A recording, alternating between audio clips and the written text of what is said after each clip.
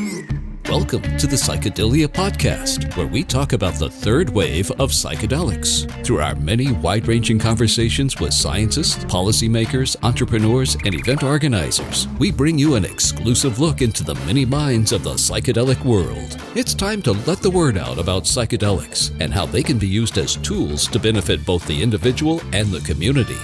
Welcome to the third wave. Hello, listeners, and welcome back to the Psychedelia Podcast, where we are about to have another conversation about the third wave of psychedelics. And today, we brought in Neal M. Goldsmith, who has his Ph.D. and is a psychotherapist specializing in psycho-spiritual development. He is a popular speaker on drug policy reform, spiritual maturation, and the emergence of an integral society, and an author, most recently of Psychedelic Healing, the Promise of Entheogens for Psychotherapy and Spiritual Development. Dr. Goldsmith has curated dozens of successful conferences and cross-disciplinary meetings of minds for corporations, as well as the psychedelic community, including the Horizons and MAPS Psychedelic Science Conferences. He is a founder of several discussion salons on integral philosophy, governance, media, postmodern science, healing, and the future of society. Trained in humanistic, transpersonal, and Eastern traditions, Dr. Goldsmith maintains a non-psychedelic psychotherapy practice in New York and Sag Harbor, New York, and may be reached via his website, which we will share with you at the end of the show today. So I asked Neal to come on this show because of his insights into the intersection between psychedelics and psycho-spiritual development, or as some others say, personal development, personal growth. And so while the efficacy of psychedelics in treating a range of mental health issues is more or less undisputed, even though the current researchers would tell you otherwise, I think we will eventually come to that conclusion. Oftentimes, the less concrete applications of these substances go unnoticed. And from my personal experience, psychedelics have a tremendous ability to help perfectly healthy, quote unquote, people live even more vibrant, authentic, and honest lives. In showing us the true ground of our being, psychedelics help us to connect with our true soul, the original, innate source of goodness that all life comes from. So in our conversation, Neal handles these topics and much more, balancing his mental agility with a profound sense of depth and understanding of everything related to the psychedelic experience. And I really hope you guys enjoy this conversation as much as I did. It's about an hour and 10 minutes long. I just couldn't stop. Usually, our podcasts go about an hour long, but I just was mesmerized by Neal and what he was saying. So I encourage you to stick around to the end to hear the full context of the conversation, because I think you will learn a tremendous amount from it. 2 announcements. We just launched the Microdosing forum on Third Wave. So if you're interested in microdosing and you want to get access to that forum, just go to forum.thethirdwave.co. This is just part of our soft launch. We haven't really announced it to the email list, as well as on social media. That we're going to do in a couple weeks. But if you're listening to this, I encourage you to go there and just register, sign up, and we're going to get it rolling in a couple weeks. Second announcement. This podcast is 100% listener supported. I don't plan to have any advertisements. And for that reason, we would appreciate any support that you can offer as a listener. We have a Patreon page, patreon.com/thethirdwave. And we offer a variety of prizes for you, including tickets to our upcoming conference, including dinner with me and a few other members of the Third Wave, and various other little tidbits. So please go ahead and check out our Patreon page at patreon.com/thethirdwave. So thanks again so much, guys, for listening, and please enjoy this conversation with Neal Goldsmith. So Neal, welcome to the podcast. It's great to have you on here. I read your book, Psychedelic Healing, about 8 or 9 months ago, and was really enthralled by the way that you described this intersection between psychedelics and psychospiritual development. And it made me want to hear your story a lot more. So can you tell us a little bit about your story with psychedelics, and tell us a little bit about your background with psychedelics and how you got interested in them? Okay, sure. Well, psychedelics are such a personal experience, the psychedelic experience, that telling you how I got involved with psychedelics is really telling you in some ways the story of my life. And I won't do that, by the way, because it would be too lengthy and boring. But the relevant part here, though, is that I've always been interested in kind of out-of-box thinking in the corners of the envelope and kind of the exception that proves the rule and things like that. I've always, when I was a kid, I was interested in Joel Fort. I don't know if you know about Fortean Society. It's a gentleman and now an organization that collects sort of very rare and unusual phenomena, in the natural world. If something happens once a day, we don't think about it. If something happens once a year, it's unusual. But what if something happens once every 75 years? It's possible. Those things become the stuff of lore. And so as a kid, I was interested in that sort of a thing. And then there was the Corliss Project, where he scientifically tried to collect accounts of unusual and anomalous information. So I've kind of been that kind of a person. I'm not really, all the way out there as a conspiracy theorist at all. I'm a scientist, but I've always been interested in the unusual. So I've always been interested, of course, in psychedelics as well. When I was 14, it was about, 1965 or so. And people like the Beatles and Dylan were doing LSD, and it was being discussed famously in Time magazine. And so even at a young age, I heard about it. I was fascinated, although petrified, and actually never did psychedelics until I got to college. However, at that point, it was kind of more like fun and games with my intellectual buddies, like that kind of an experience. It was certainly not a spiritual experience for me. And after college, I got involved with my life. I had never had a bad experience, actually, but just sort of faded out of that scene, if you will. And then it wasn't until I was approaching 40, I guess, that I was, that the topic of psychedelics in the form of MDMA came up, Molly or ecstasy. And it was recommended to me to do it with my wife. My then wife. Psychedelics changed things. And that was the beginning then of a journey where I took psychedelics after MDMA. I then took my first LSD trip in almost 20 years. And that was a profound experience. It changed my worldview. I'll tell you a bit about that maybe later. But it really also changed my clinical practice. By that time, I was a practicing psychologist, and I'd also worked in policy research at Princeton. And my career had become varied. I was married at that point, as I said.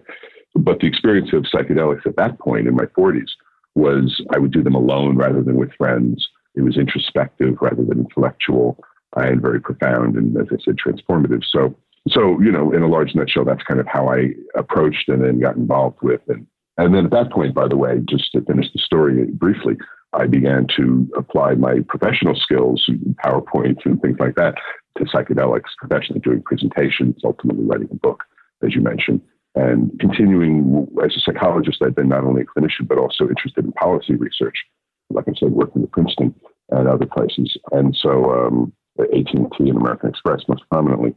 And so I had a varied background in the business world, and I used those skills and that focus to help, make people aware of psychedelics. I run the Horizons conference every year on Columbus Day weekend, the Horizons: Perspectives on Psychedelics, which is a research conference, but not an academic one. It's for the general public. And so I still do policy work, really, or policy information dissemination, if you will. That was the focus of my dissertation. And I still do that in different ways today. And so, you had talked about this in your book as well, how you did have that background in business, working for American Express, and how eventually you got back into psychedelics, and now you're a clinical psychologist. Can you tell us a little bit more about that transition of working in the business world to now, working in clinical psychology? Did psychedelics play a role in that, or was your experience with psychedelics separate from your decision to make that transition? Well, yes and no. I mean, first of all, it wasn't exactly the transition that you described it, because I was a psychologist before I started doing psychedelics, or before I had my business career, I should say. So in other words, I started out as a therapist, as a counselor, as a psychologist. And then gradually, as I completed my doctoral studies, I became more and more interested in having greater impact. And so I was interested in studying not just policy process, but also the research utilization process in policymaking, the degree to which policymakers and decision makers use good, valid, and reliable research. And so that was the topic of my dissertation. And I moved away from clinical work, but I had started there. So in my midlife, really, when I was around 40, and I started taking psychedelics again, and then decided to reopen my clinical practice. It wasn't, as big of a transformation in the sense that I'd already been trained in that and already had that background. I did additional work, additional training. I was trained in yoga psychotherapy, in psychosynthesis, and in imago relationship therapy. IMAGO is a very interesting process. In fact, that's the only technique I use. I'm very technique-less in my work. I believe in direct communication and connection with my clients and being real and present. But with couples, I do use imago training. Anyway, so the transition was more spiritual, psychological than it was, having to do with my career transition, because as I said, I already had that background. The transition, though, then the psychological transition, which was happening, they didn't call LSD acid for nothing. I mean, it's corrosive. I think of it almost like as we build over the years a house. Let's say it's made of brick, our edifice of who we are. And the mortar between the bricks hardens in place in terms of the structure we've built. And it really starts in an early age. There's on these personality inventories, there's a scale called the openness scale. And it has to do with how flexible and malleable your personality is. And as you might imagine, that openness scale closes down, hardens up or firms up around the age of 6, just like Freud said. And, it's famous for that. And what's even more famous now is, not that famous actually, but it should be, is that the psilocybin project at Johns Hopkins, the current study that's going on, they tested people pre and post on the openness scale. And they found that, unheard of in the psychological literature, the openness scale opens up again and stays relatively open too amongst the subjects who've had psilocybin in the study. So, very interesting in any event. So when I did take a psychedelic again at the age of about 40 for the first time in just about 20 years, I had this, we all build up a personality and we identify with it. We don't think of ourselves almost like as anything but our personality. That's our identity. It's who we are. But in fact, as I came to see it, I became to see personality as a defensive, strategic, acquired, secondary thing that we identify with rather than our core self. And that we're born like a malleable piece of clay. We're born like the bottom of us, the soul of us, if you will. I reappropriate the word soul from the religious people, and I spell it with a small s, because I think soul as a word is so beautiful, and it just describes the very bottom of us. It's not a supernatural or a religious term. It's just the deepest part of our psychology. And so that's how we're born. And we rapidly leave that spot, that truest self, to identify with the powerful ego, with the personality, under the parental assault that is infancy. That malleable clay is shaped into the personality that we have to do. It's like our truest self isn't accepted by our parents. And so the baby, in essence, says, all right, how do you want me to be? And the parent says, well, funny, smart, sexy, compliant, whatever. And the child eventually complies with that and develops, in essence, a reciprocal personality to the parent. And in some senses, the goal of adulthood, the task of adulthood, is to wake up to that devil's bargain we make with our parents and to reclaim, re-identify with the original core self, the mature version of that. So for me, the psychedelic experience, and in particular, the first one I had as an adult after that 20-year period, was this recognition that the personality I had was, like I say, secondary and defensive and strategic. And, defensive is a good thing. It defended us as children, defends us against, being annihilated, essentially. And so it's a good thing, but it outlives its usefulness, and we need to jettison it eventually. So I came to see my truest self, the ground of my being. And then I developed for myself a core shell personality theory, personal sense of self and personality theory, and then clinical practice. So when I spoke with my clients, my new renewed clinical practice at that point, I would tell them about my personal experience, of course, but I'd also share with them that view of how personality is formed in early childhood, and that our task, with or without psychedelics, is to wake up to that process we've been through and to disidentify with the ego-based personality and re-identify with the deepest part of us, the original and truest self.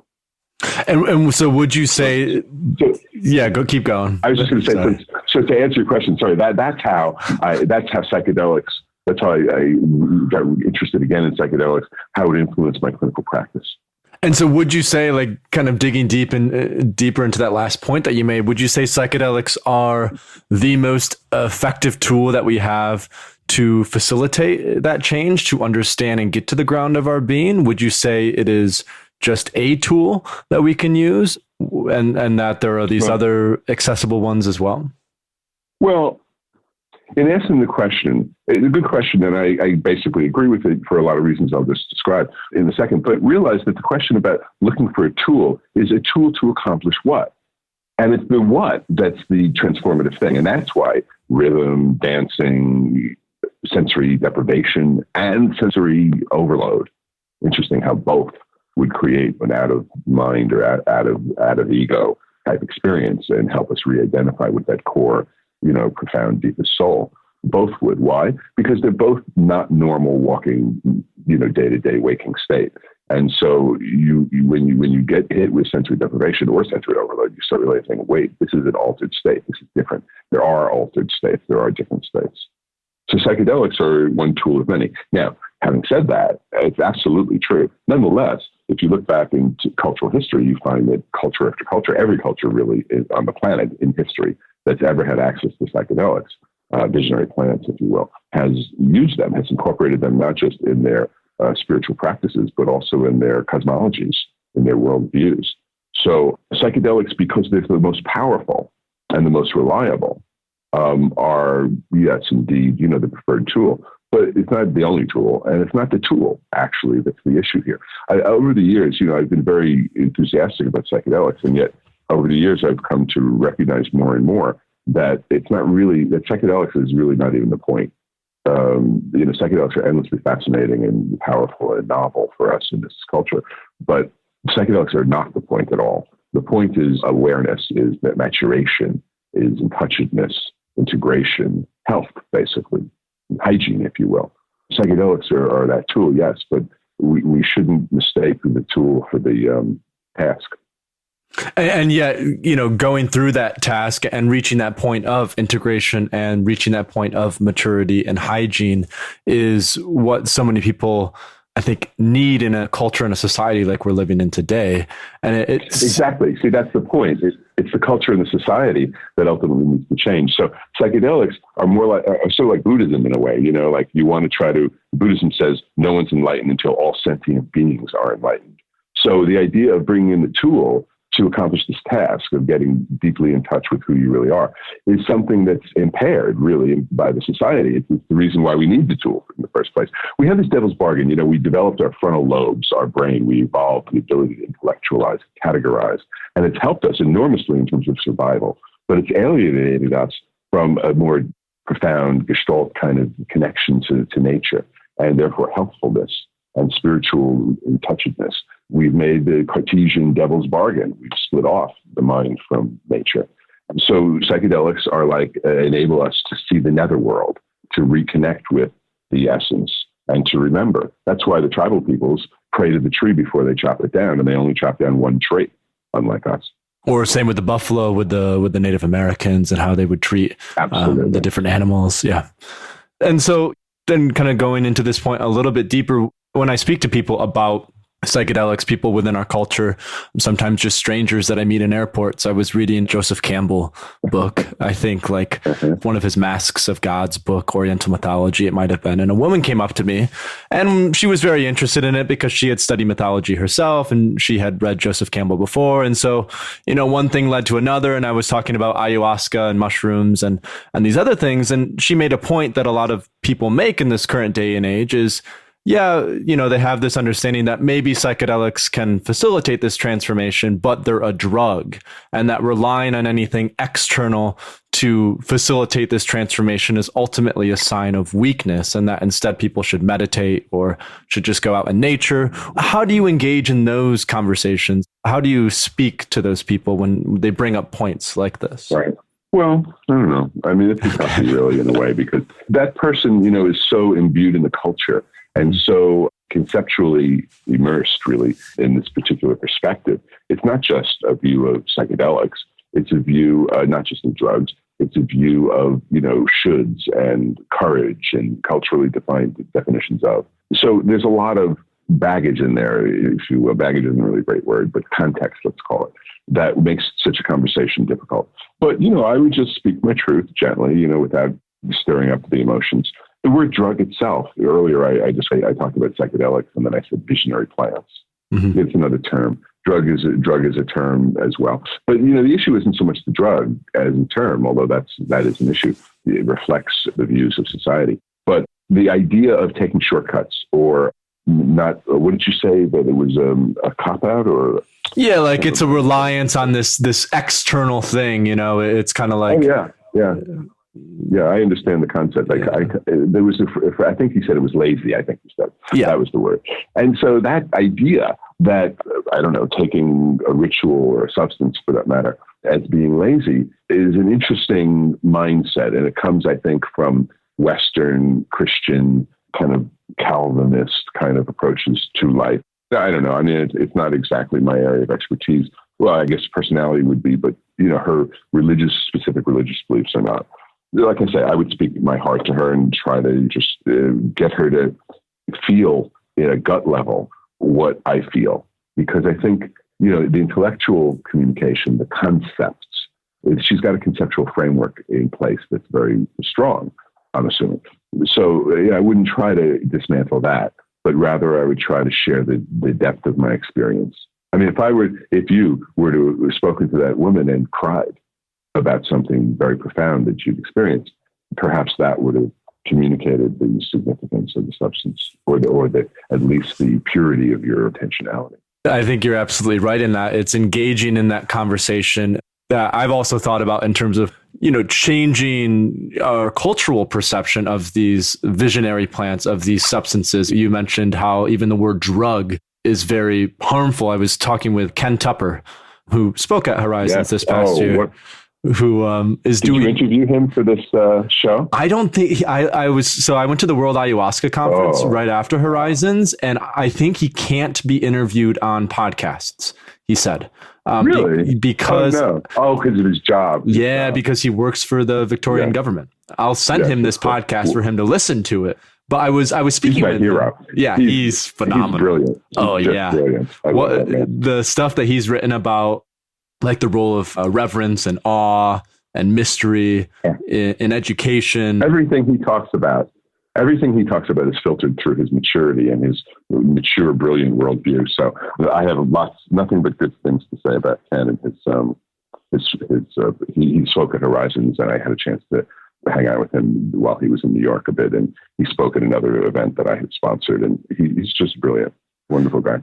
He is. And so we were speaking at this World Ayahuasca Conference, and he was showing me different materials that he's been putting together for his government position. And basically one of the big things that he was working on is from the inside out, changing the language that even the government is using to describe peyote or describe ayahuasca or describe some of these things because of the importance in it. Because obviously in this culture, when you discuss drugs, the first thing that comes to people's mind is these drugs that kill people and break apart families. Right, exactly. There's a movement in the drug policy world called harm reduction. And it's just, to minimize the net harm to society that a particular action will have. So is it cheaper overall, all things considered, broadly defined, to incarcerate someone or to re-educate them, for example? So that's an example of harm reduction. Or is it cheaper to let junkies get infections, or is it cheaper to society overall to give them needles in needle exchange programs? That's the harm reduction movement. And it deals with drugs that do damage. But there's also what I think of as the opposite, is the benefit enhancement movement about drugs.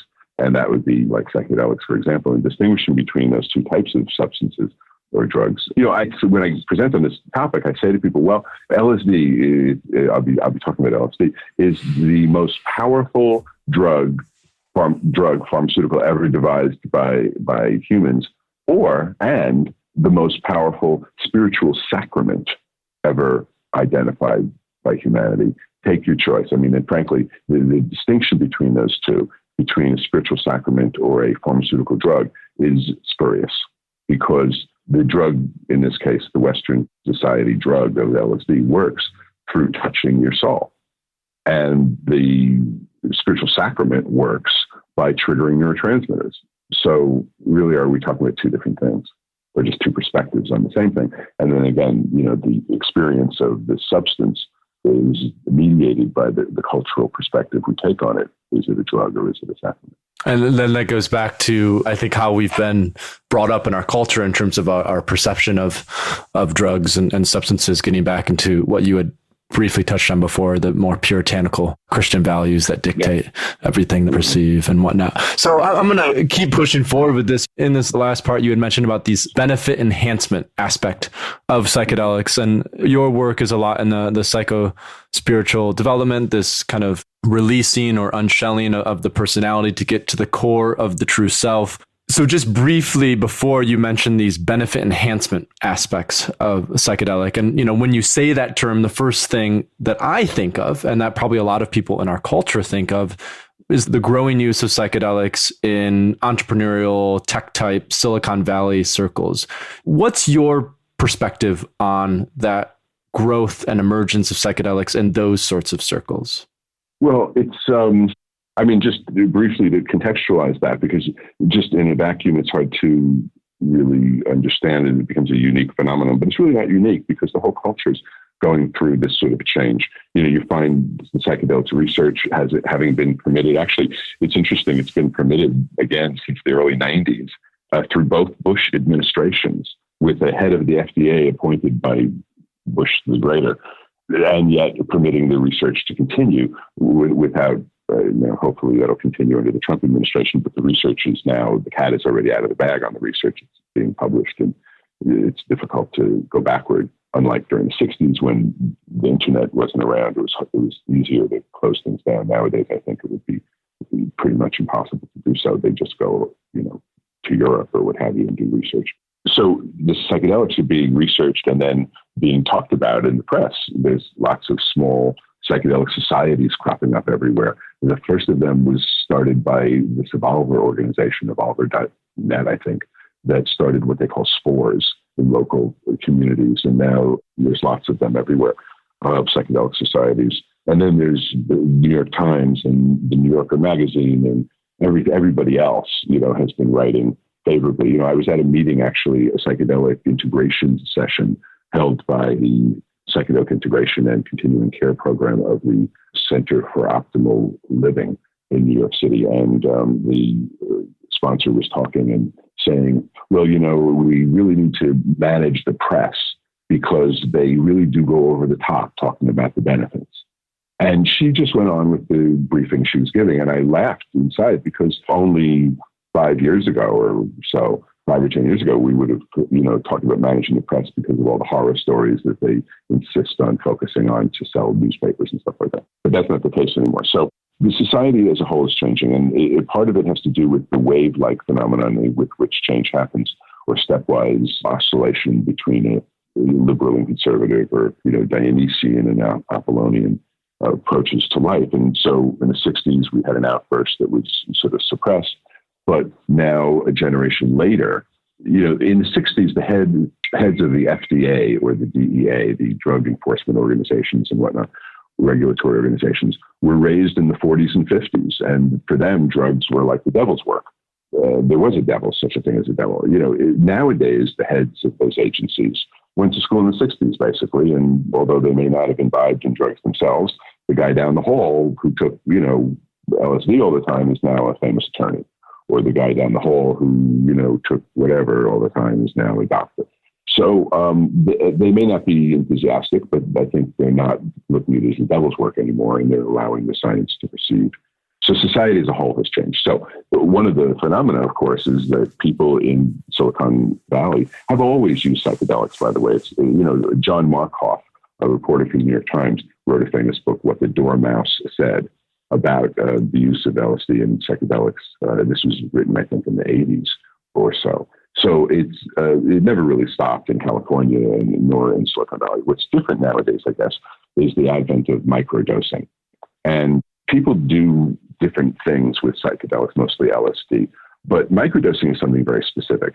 Microdosing, in this case, is meant by definition, and the definition, I guess, is by consensus and also according to Jim Fadiman, F-I-D-I-M-A-N, the 60s researcher from Stanford University, a psychologist who is now the center of information on microdosing. I say center of information because there really is no good research program on microdosing. So Jim is collecting anecdotal reports from all comers.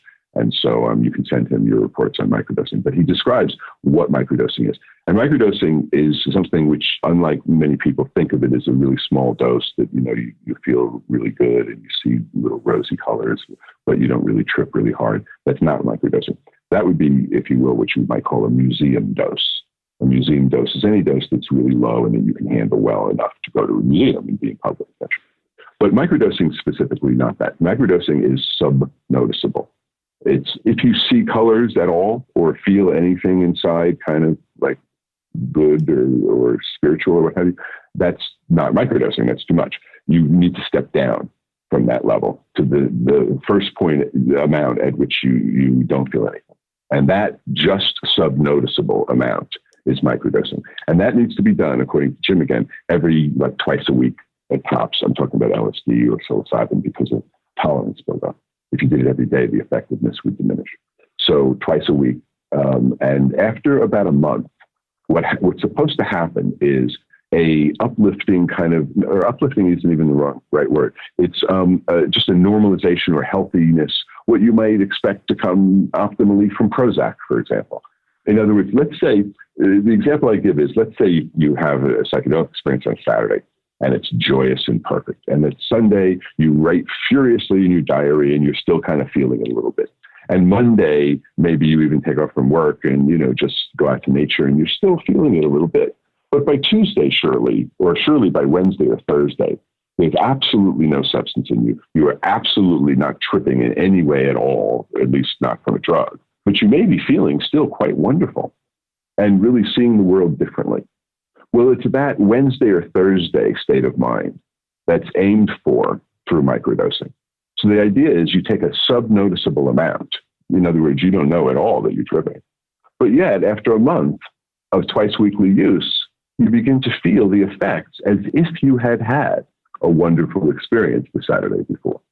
So that's the goal, the promise of microdosing, and that's the definition of it and the way it's done. And so, yeah, how does that? Yeah, keep going. I'm just enthralled by just your voice. Right. Keep going, please.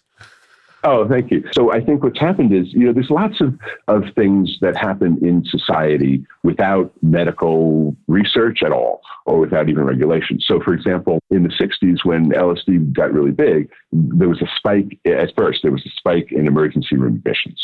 People freaked out. People didn't know what to do. They brought them down to the hospital. But after a few years, the emergency room admissions went down, way down. And so people at first speculated, LSD is under control. People aren't using it so much anymore. But indeed, that hadn't happened. The use of LSD has remained stable at about 10% of the population, more or less. So why the decrease in emergency room admissions? Well, it's because the community, the psychedelics community, or the hippie community, if you will, gained experience and knowledge, lore, if you will, as cultural wisdom as to how to handle these experiences on their own. So I think the same thing's happened with microdosing, that over the years, a practice has emerged because people have found it effective, and over time it's built. And so now it's a thing, and people are writing about it. So I think the people who continue to use it, in California, in the information industry, the creative types have always really used it, but practice has changed. So going from something that you would do on occasion in a ceremonial way, even if it's a Western ceremonial way, making a special event out of it, to something that is done differently. Oh, and the reason why, by the way, is because the discoverer of LSD, the creator of LSD 25, Albert Hofmann, the Swiss chemist who worked for Sandoz, was the one who was said to do that. And he was said to take 10 to 15 micrograms, a just noticeable amount of LSD. A just noticeable amount of LSD is about 25 to 40 micrograms. And a full effective dose is about 125 or 150 and up. So 10 to 15 micrograms is about a tenth of a dose. And so he was said to do that for decades as an elderly gentleman. And he died at the age of 102, by the way. So I'm not sure if that's an endorsement for microdosing itself, but it was interesting little tidbit at the very least. Well, and so with this talk of microdosing, I feel like there are also more and more people who are doing ayahuasca as well in these circles. There was just this book that was published. I'm just going to pull it up right now. It's called A Really Good Day: How Microdosing Made a Mega Difference in My Mood, My Marriage, and My Life by Ayelet Waldman. Have you read this yet? I have the book. I haven't cracked it open yet, but Ayelet is going to be speaking at the Horizons Conference this Columbus Day weekend coming up in October. So yeah, her story is well publicized, well known, and it's been actually very elicited a lot of interest in the general public because of her pedigree, really, and her background. She's not a wild-eyed hippie by a long shot. And so in this book, she interviewed someone named Tim Ferriss. Do you know who Tim Ferriss is? Yes, of course. Okay, yeah. The podcaster. Yeah. And intellectual. Yeah, and she interviewed him, and I'm going to paraphrase his thoughts on this, but basically he said something along the lines of a lot of people in Silicon Valley, they're trying to live a more ideal life. They're trying to optimize their life. And that's not only for things like productivity, like is often portrayed in the psychedelic world, but that's also like having a sense of spirituality and a strong sense of spirituality because they recognize some of the benefits in that. And so Tim Ferriss basically just mentioned that, his thoughts on why more and more people are then looking into things like ayahuasca is because a lot of people aren't happy in Silicon Valley. They have a lot of wealth. They are obviously kind of at the top of the totem pole when it comes to societal things, but they're lacking something. They feel like something is lacking, and that seems to then push them towards wanting to do things like ayahuasca. So my theory that I'm working off of, and I'd be curious to hear your thoughts on this as well, is like, when people are moving more and more towards microdosing, is that indicative of this sense that people at the top of society are recognizing that something is wrong, and so they're moving towards trying to fix that? Or do you think microdosing is just something that people are getting more and more into simply for the outcome of, more productivity, more money, more fame, whatever that might be? Right. Well, you could do that, I guess, with psychedelics. I mean, people like Charlie Manson, had used the sort of mind-opening power of psychedelics, of LSD, to do mind control. So it's not, a guaranteed purity of purpose. And so I guess somebody could use probably microdosing or psychedelics, especially microdosing, to enhance their productivity, to make more money. But I don't know, it's funny because it's not like amphetamine, for example, where boosting your productivity is kind of the purpose. Psychedelics really, productivity boost is a byproduct of this sort of groundedness or enlightenment or awakenedness, maturity that psychedelics bring. So it's not a stimulant, it's a clarifier. So it would be sort of odd, really, if somebody could use the clarification for purposes of productivity without not even realizing it, without becoming more clear and more grounded in a broader sense, and therefore seeing through the goal of making money. I want to also point out the re-embracement, let's say, the embracing of spirituality as a way to respond to emptiness or lack of healthfulness or immaturity that people see in society is fine, but it's not the end of the road, in my opinion, because spirituality, the word spirit is an interesting word. I mean, I use it a lot, and I said I've reappropriated the word soul. But I never forgot that I'm a Westerner, and I don't believe in a truly spiritual worldview in the sort of 1890s sense of it, with ghosts and seances and another world of afterlife and things like that. I think that's all actually kind of fanciful. So if somebody wants to leave the venal, competitive, world and embrace a spiritual tradition, a religious tradition, because it makes their life better, because they're more well aligned, because spiritual practices, called religions, generally speaking, mirror or approximate a more deeper understanding of the way things work, then fine. That's helpful and wonderful. And I would never, if a client, for example, were doing it, I would praise it. It would be great. But I think if you continue down that path of exploration and trying to have a more aligned life, I don't think you need a spiritual perspective per se. I think you need an integral perspective, a transcendent perspective, one that includes Western science. And I don't believe in duality between scientific perspective and a spiritual perspective. I think that's a huge mistake. And I think that, if you think about it, all spirituality is embodied in the mind of a spiritual experience or a guru. And all science, if you look at it deep enough, brings you down to subatomic particles, where nature isn't really firm objects, but more just probabilistic fields of energy, of patterned energy. So energy and spirituality are words that say almost the same thing. I think they say exactly the same thing, actually. So I guess, my spiritual perspective, if you will, fits through the sieve of the Western perspective as well. And I won't accommodate it. I won't accept it unless it can pass through both sieves, the spiritual sieve and the Western scientific sieve, because I want to transcend that duality and see things more clearly. So I couldn't comment on what's happening in Silicon Valley and the idea of embracing spirituality without making that comment, to trying to naturalize and sort of demystify this concept of spirituality and have people recognize that there's one thing going on. And if you're a scientist, it's incredible. It's counterintuitive and not generally Newtonian. And if you're a religious person, then it's incredible. And it's, a mystical, incredible grounding, awakening experience. And if you're a poet, or if you're what have you, everybody's looking at the same thing and trying to describe it. And when you get sophisticated enough in the descriptions resemble one another. So number one. Now, as far as microdosing and ayahuasca is concerned, I want to point out that both of those things, and ayahuasca in particular, are ways to introduce psychedelic experience into Western society, to reintroduce, because Western society had its own psychedelic tradition up until about 400 AD. It was called the mystery tradition in Greece. There was the Oracle of Delphi, which is not a myth, and there was psychoactive fissures from the rocks. And there was also the Eleusinian mysteries, which they drank a potion called the Kykeon, which is said to have been the psychedelic brew containing a lysergide found in ergot, which is a rye mold.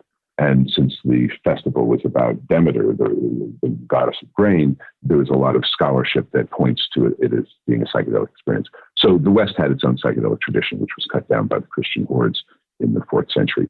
But now we are reintroducing psychedelics into the West. And in the 60s, we tried the first blip of the curve. The curve came up above noticeability, and now it's gone, and it went back down, it's depressed down. But now that curve is coming back up again, almost like the way a psychedelic trip comes on in waves. And now the wave is different, because as I said, people have been through the 60s. The heads of the FDA don't demonize it. And society is being changed in broader ways. And there's lots of ways now that psychedelics are being reintroduced into society. One is through the medical school research, which, as I say, I think is unstoppable. And then there's also things like the ayahuasca ceremony, which is, you probably know, is a Amazonian tribal ceremony where a plant containing DMT, N,N-dimethyltryptamine, is combined with another plant that makes it orally active, because DMT is normally broken down by enzymes in the stomach. And the natives were smart enough to add a second plant which deactivates the enzymes in our stomach that break down the DMT, thus making the DMT orally active. When you ask the natives, by the way, how did you decide in this cornucopia of plants and substances and different parts of the plant, the leaf, the bark, the root, and different ways of preparing, scraping, boiling, what have you, how did you know to combine these two substances, these two parts of these two separate plants in just such a way as to make them create this orally active psychedelic plant admixture? And they say, well, the mushrooms told them. And when I tell that anecdote, people laugh because it sounds so funny that the mushrooms would tell them. But you got to do the thought experiment about the fact that the tribal peoples have the exact same size brain as we do in the West. Tribal peoples 10,000 years ago, it doesn't have time for the brain to evolve. The brain's the same size. They're brilliant, they're knowledgeable, they're sophisticated, they're nuanced, their romances, their philosophies. Everything is just like ours, although in a tribal filter or tribal perspective. So when they say to you, the mushrooms told us, you have to sort of say, well, all right, well, they're not talking about a little cartoon Mickey Mouse on your shoulder telling you to take these two plants. They're talking about it in a much deeper sense. So, and they're looking at you straight-faced. So what kind of worldview would you have to have in order for their statement to actually be true? So do sort of a thought experiment instead of making it silly and ridiculous. The mushroom told us, what if that was indeed factually true? How would the world have to operate for them to be constructed such that the mushrooms could actually literally tell us? And again, it wouldn't be a fanciful cartoon mushroom on our shoulder. It would be more like the knowledge and intelligence of the chemicals in the plant somehow being perceived by us in this, buzzing, blooming, shouting, multifarious, energetic world that the jungle is. So that state of mind, you might imagine from psychedelic experience, might be open to the point where we would know, in some broader sense of the word know, that these two plants would go together. Anyway, so that's ayahuasca. And the ayahuasca experience is now, it's actually a legal church in Brazil, equal to the Catholic Church in every way.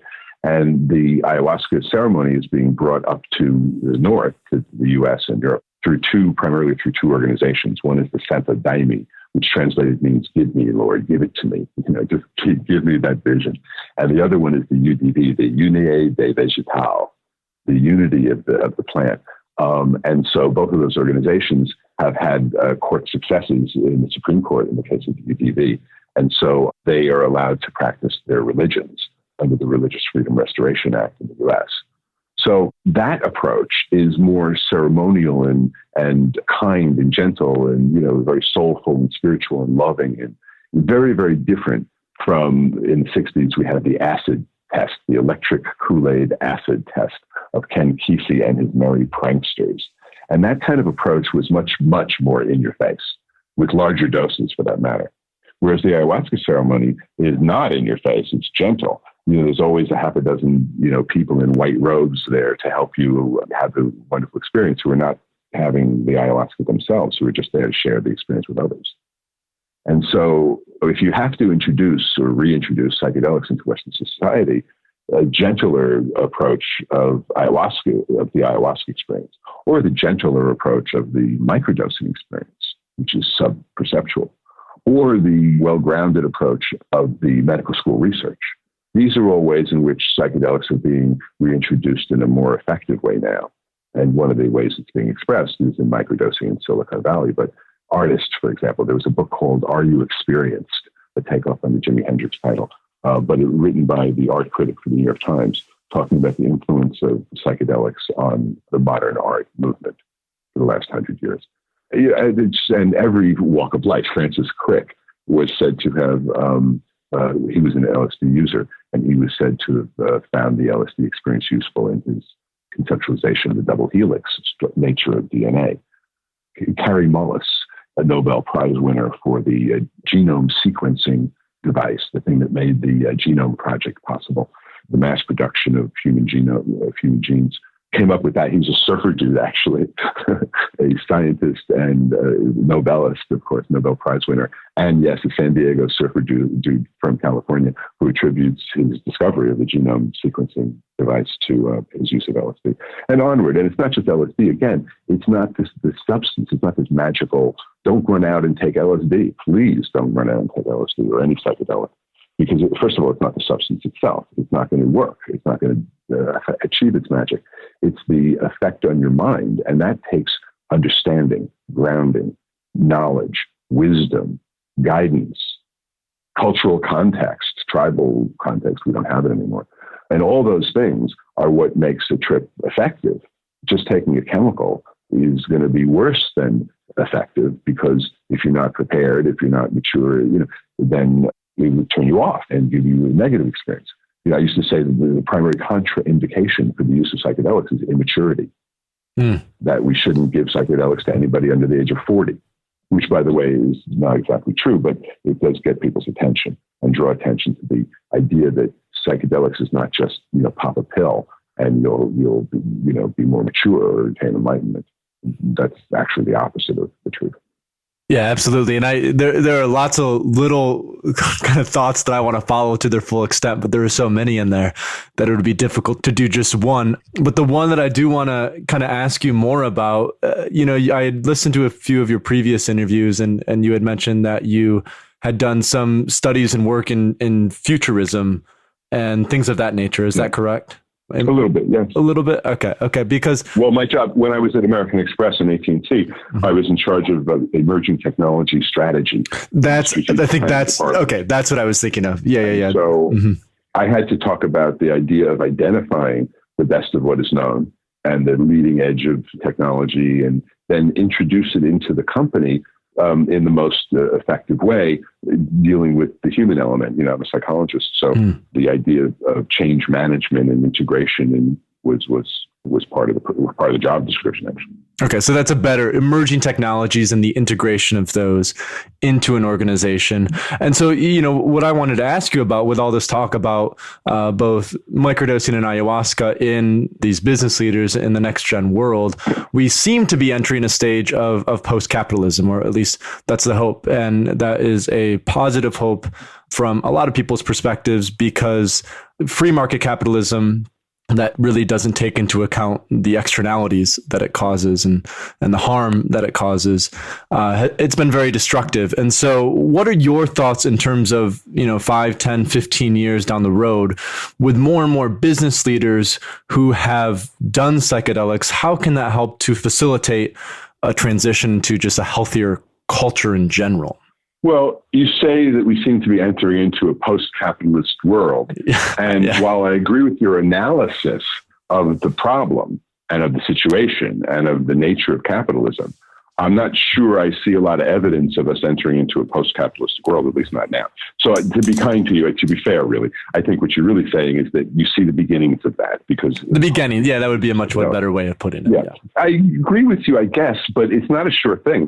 That's for sure. I mean, you think about the coming decades, and while psychedelics are sharing with lots of people this perspective that we've been discussing that may be more healthy or hygienic. I want to reclaim the word hygiene. People think of it as fussy and, too much, but the basic word hygiene is a wonderful word. And I think mental hygiene is we should reclaim that from the fussy people and reappropriate it, because it's a wonderful way of looking at things, of a health, almost like an Ayurvedic approach to psychology and also to public policy. So, yes, I agree with you about the analysis of capitalism and also about, the shared description of psychedelics and their impact. And yet there's also the backlash that we talked about from the 60s. And although I don't think the research is going to be shut down like, it was effectively in the 60s and 70s, I'm not sure that the impact is going to be well accepted. I mean, look, you have to think about the impact of the ecology of climate change in particular, and overpopulation and resource depletion, topsoil depletion, watershed problems. And then, of course, the wild card of a global-style terrorist attack like bioterrorism or something like that. So, but even without that, the ecological crisis is, I think, going to be very, very extreme and very socially and culturally disruptive. When you think about Silicon Valley as a place, maybe there won't be a Silicon Valley in 50 years because perhaps, there won't be as much demand for technology. Perhaps we will step back a level or two in our technology and our modernity. It's conceivable. I'm not a purveyor of doom, but it's clear that there's things happening now that are different than have ever happened before in terms of climate, or that haven't happened at least in recent, millions of years. So, or hundreds of thousands of years. So I think whether we're going to go gently into that, sort of Western Europeanification of the globe, of the planet, where you have social democracies, and that's certainly conceptual, I think. And by the way, I'm a bit of a skeptic here in the shorter term. And by shorter term, I'm talking about the coming decades, like 10 to 50 years or something like that. But I'm a long-term optimist. I do believe that the vision you're describing is where we're headed as a planet over time. I'm just not certain that we're on the cusp of doing that in the coming decades.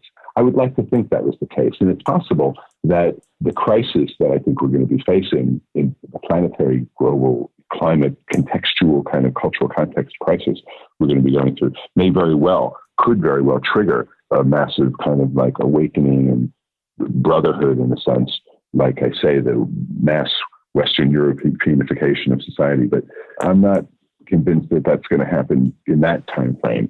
And there's also the issue, I said terrorists, but then there's also just religious fundamentalism. And that's not necessarily the same thing as terrorism, although it's tied with that, in terms of the Middle East. But also there's religious fundamentalism everywhere. In Israel, there's religious fundamentalism in America, for sure. There's the two parties, religious fundamentalists primarily and prominently. And so that's an issue that is separable from terrorism and climate change. that keeps us back. It's almost like progress is stepwise or like a curve, up and down and slowly up, we hope. But that it's also like an amoeba in a way, that there's a pseudopod, the leading edge, experimenting, looking forward, taking risks, looking for sugar. And then there's the trailing edge, the part that's clinging to the rock, that's holding us back but keeping us stable and safe. So if the leading edge finds sugar, then slowly the trailing edge will let go and follow the leading edge. But if the leading edge finds bitter, then you're glad you have a trailing edge. So the experimental risk-taking part of society and part of us as individuals is balanced by the conservative side. And there's this interplay between the two, like I've been talking about. So we'll see what happens with society over time. But I think that given the technology infrastructure, that's barring, comet collision, the technology infrastructure isn't going away. The need for Silicon Valley may diminish or change, but, given barring planetary disaster, we're going to have, communication and technology and computers still, and education and things like that. So we'll see how big of a hit we take from this global cataclysm we're entering into. And we'll see whether psychedelics indeed can survive and, in fact, even help and make that process a healthful one over time. And do you think psychedelics can help in all of these aspects that you're mentioning, and especially when it comes to ecological issues, but also we're obviously dealing with a lot of mental health issues? I'm not going to ask you if you think they're a panacea. They're essential. I think they're essential. I think they're part of mankind's of humankind's way of being in society. It's no coincidence. It's not just this external agent that, we happen to luck upon, like some pill we found on the jungle floor. This is integrated into nature, and as are we.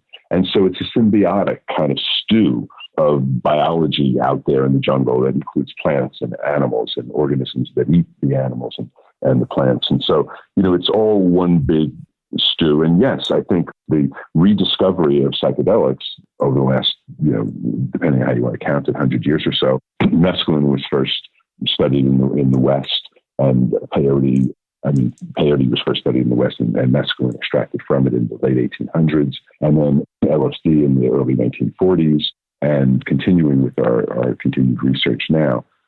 People say that, LSD was discovered by Albert Hofmann in the late 1930s and early 40s, just about the time that the nuclear fission was taking place.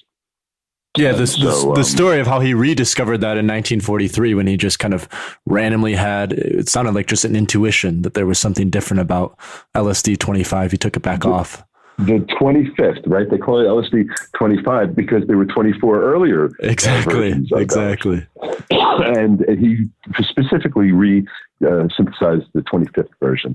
Now, there's lots of cultural speculation about that, about whether it was indeed this presentiment, as he calls it, that he should redo this, or whether there's something more, deeper than that.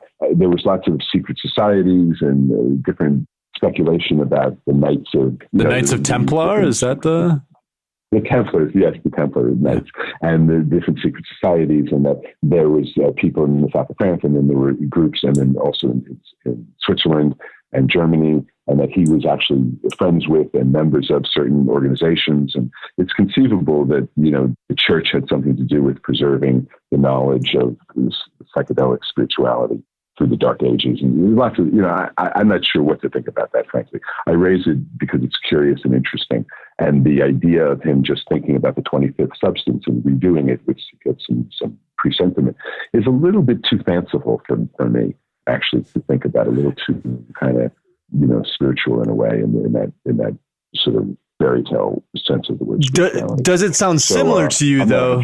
Sure. Does it sound similar to you, though, in terms of how the ancient people discovered ayahuasca, in terms of having that intimate? Yeah, the mushrooms told us. Right. The mushrooms told us. Yeah, it's a good point and a proper counter to what I said, and you may very well be right. I'm still a Westerner embedded in my kind of worldview, and so perhaps I'm not open to that perspective so much. You're right. And Albert was, a very spiritual man from his early childhood. He would walk in nature and have spiritual experiences, that what we would now call a spiritual experience. So the fact that he was attuned to that sort of a thing, the whispering of the mushrooms, so to speak, might very well be the case. I can't look, if I'm going to, talk about sort of an Alex Gray-like world. Alex Gray, the visionary artist, depicts it visually really well. If I'm going to talk about an integrated, transcendent world, a holistic world, a world where spirituality, even if spirituality spelled with a small s, or a soul, even spelled with a small s, exists, where the mushrooms do tell us in that way that I was just defending, then I have to kind of put my conceptual money where my mouth is and accept Albert's perspective, I guess, perhaps. But I guess I'm Western enough. So are we switching your mind live on this call right now? Or is it not going quite that far? My mind. You have. No, you've opened my mind a bit to something deeper. It's true. We're all in the process of discovery. But what I want to say, though, is that I want to see through both filters. I want to, see through the spiritual perspective, but I also want to see through the Western perspective. I don't want to, people talk about, Eastern philosophy when they translate the texts and they come up with the world, life is an illusion, where things are illusory. And that's, I think, the wrong word to use. I think that's not, I don't think that the physical world is an illusion. As a kid, when I was 12 and 14 and first encountered those terms, I struggled with the idea of the concrete world not actually existing, being dreamlike or an illusion. And it just never made sense to me. And finally I realized, no, the physical world, of course, exists. It's just not the most fundamental or essential part of the way of viewing the universe, or level, if you will. That there's this underlying subatomic kind of quantum level of reality, or spiritual level of reality, that out of which the material world precipitates, like a water droplet precipitates out of a vapor cloud. So to change a phase into the physical world, it's not illusory. It's just not, it's not primary. And the reason why we see it as primary, of course, is because we're evolved animals, evolved in that physical world, and we're studded with an array of sensory devices like ears and eyes and skin and taste that draw our consciousness to the outside world. We're always trying to avoid the saber-toothed tiger or find that piece of fruit. And so our senses are highly developed, and our analytical skills, for that matter, the frontal lobes, and that devil's bargain. But it takes us away. So it takes us away, in the case of our sensory array, takes us away from the inside, from our deepest spirituality. Yeah, but part of what you've written then about, and what you even discussed here on this call, is then finding that relationship between how can we use the what Dennis McKenna refers to them as is they're both tools, and I like the way that Dennis often approaches it. He says, science is a tool that we can use. It's a way of looking at things, and spirituality as well, in the sense of non-duality, the sense of getting in touch with, like you're talking about, this world that we don't perceive as primary, but as being so essential. Having that also play a critical role in our life, meaning as an individual, as a community, as a globe. It seems to be necessary, especially in times like now. Well, they're separable. You can separate the organs of the body, mm-hmm. or you could separate the organs from the body as a whole. So you view them heuristically as separable, and they are distinct in many ways. However, the distinction between science and spirituality, I'd like to try to see past. I'm a monist. I believe in unitary. My symbol is yin yang. There are the two sides, but they're always in the context of the larger circle within which they're contained. And there's always an interplay between the black and the white parts of the yin yang symbol. So, for me, science and spirituality, I'd rather see spirituality as a prayer. See science, I should say, as a prayer, and see spirituality as a natural human bodily function, as natural as breathing. And so, and the Greek word for soul is pushke, which is the same, related to the word for breath. And of course, breathing practices are so important in meditation. So the distinction between the mind and the body, between science and spirituality, to me is a heuristic device, really, that we've evolved over eons. That's helpful for us to survive as bodies, but it's not really the truest nature of the universe, in my opinion. So, viewing both science and spirituality as tools is fine, but I think it's a more effective tool, a more effective conceptualization, a more transformative conceptualization, to view them as one. Try to squint, if you will, and to see them as the same thing. It's like when you look at a table, We know from science, from physics, that the table is actually literally mostly empty space. But we also know it as a physical object we can touch with our hand and use as a table functionally. So I want to see those two things at the same time. I don't want to have to see them separately. I want to, in my mind, know that it's empty space, and in my eyes and my hand, think of it as an object. I want to be able to transcend that duality conceptually, and in my deepest self, in my perceptual, conceptual self, as much as possible, see those things as one. Same thing with science and spirituality. It's good to separate them. It's useful to separate them. But if you have the underlying sense of them as being one thing, and you really deeply know that, then I think you've got greater wisdom, more accurate perspective on things, and you'll healthier, more hygienic life, if you will. I think that's a phenomenal way to wrap up that thought. Science is a prayer, and the sense of bringing science and spirituality together. So, Neal, thank you so much for spending over an hour with us. I wanted to just kind of push you a little bit farther because I really like your perspectives on a number of these topics, and you're really easy to listen to. So it's been a pleasure to have you. Just to wrap up, can you give a few brief details just about your book? Like if people want to find you online, sure. How best to do that? Sure, Paul. Although I want to say also that thank you for just such a fun discussion. It wasn't really even almost an interview. It was great. And a lot of good stuff came out. You facilitated me so beautifully. And thank you for being so generous in your interview. It's been great to talk with you too. As far as reaching me is concerned, you can just Google me. My first name is spelled Neal. And if you just, Google Neal Goldsmith, you'll find me. You can find me on Facebook at Neal Marshall Goldsmith. And if you email me, you can email me at goldsmith.neal@gmail.com. I'll send you some links. There's lots of links. I've done lots of interviews and things like that. And so there's lots of stuff out there on me. Some of it's better than others. And if you email me, I'll send you some good links. My book is Psychedelic Healing, the Promise of Entheogens for Psychotherapy and Spiritual Development. And that's available. You can get that on Amazon or anywhere else. And I encourage you to, the listeners, to shoot me a note. I love interacting with people and continuing this discussion offline. And thanks again, Paul, for offering me the platform. It's been really, really great. Great. Thank you, Neal. You're welcome. Thank you. Thanks for listening to the Psychedelia Podcast with Paul Austin. Want more psychedelic information? Go to our website at thethirdwave.co and register for our email list and newsletter. Also, please consider donating to The Third Wave via our Patreon page. Donations make this podcast possible. Psychedelics have the potential to transform lives. By donating, you enable us to continue to inform people about the benefits of these powerful substances.